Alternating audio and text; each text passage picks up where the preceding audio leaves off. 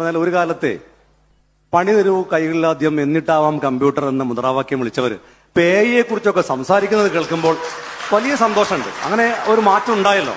ഗോവിന്ദ് മാഷ് കഴിഞ്ഞ ദിവസം പറയാണ്, AI വന്നാൽ എന്താ സംഭവിക്കുക? AI വന്നാൽ അധ്വാനം കുറയും.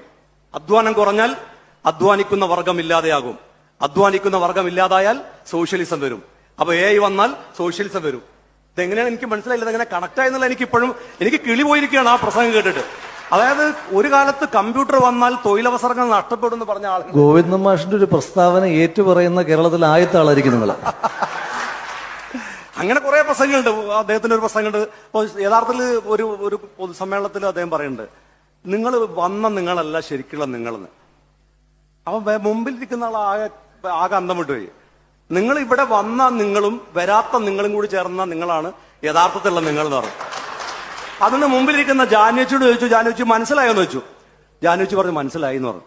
അപ്പൊ തൊട്ടടുത്തിരിക്കുന്ന രാധയെടുത്ത് ചോദിക്കുകയാണ്, എന്താ മനസ്സിലായത്? അപ്പൊ ജാനുവച്ചി പറയാ, എനിക്കല്ല കുഴപ്പമൊന്നും മനസ്സിലായി എന്ന് പറഞ്ഞു.